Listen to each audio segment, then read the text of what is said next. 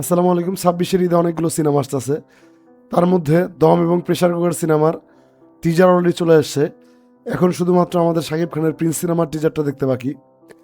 তো এখন আমি দম সিনেমার টিজারটারই রিয়াকশন ভিডিও করব এবং তার পাশাপাশি সামান্য কিছু কথাও হবে।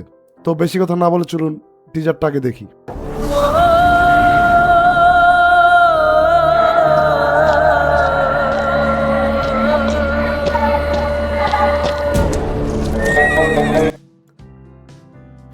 ল্যান্ডস্কেপ শর্টগুলো ভালো লাগতেছে, অনেক বড় স্ক্রিনে শর্টটা হয়েছে।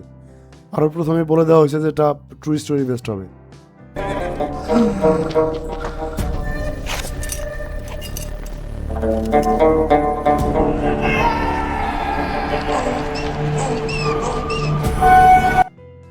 আফরান নিশোকে বেশ ভালো লাগতেছে, বেশ ভালো লাগতেছে।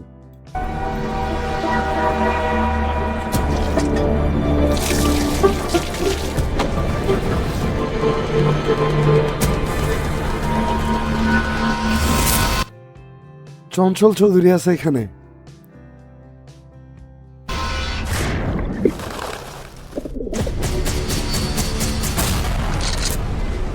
আমি শাহজাহান ইসলাম নূর, বাংলাদেশি মুসলমান।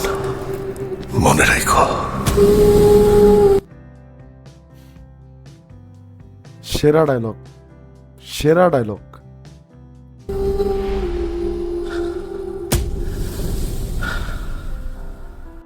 যাই হোক, ঈদ 2026-এ আসবে বলে দেওয়া হয়েছে এবং এর শেষে যে একটা ডায়লগ রাখা হয়েছে দুর্দান্ত।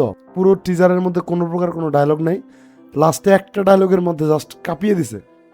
এখানে আফরান নিশো ফাটিয়ে দেবে। এ পর্যন্ত 2টা সিনেমা সে বড় পর্দায় করছে, এটা তার তৃতীয় সিনেমা। তৃতীয় সিনেমাতে সে ভাই রেকর্ড করবে, রেকর্ড।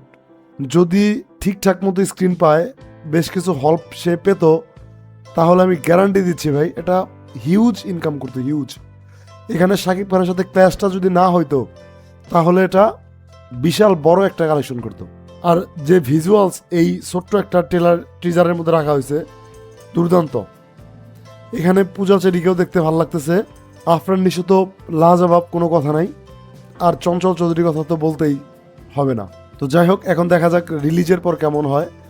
তো আমি এটা নিয়ে বেশ আশাবাদী, যেহেতু ট্রু স্টোরি নিয়ে বানানো হবে তো বিশ্বাস রাখা যায় বা আশা করা যায়। আর এখানে যেহেতু আফরান নিশো অভিনয় করতেছেন, তার স্টোরি সিলেকশন নিয়ে আমাদের কারোর মধ্যে কোনো প্রকার সন্দেহ নেই। এখন দেখি রিলিজ হওয়ার পর এটা কেমন পারফর্ম করে। যাই হোক, আজকের মতো এ পর্যন্তই। কেমন লাগলো অবশ্যই কমেন্ট করে জানাবেন। সবাইকে ধন্যবাদ। আসসালামু আলাইকুম।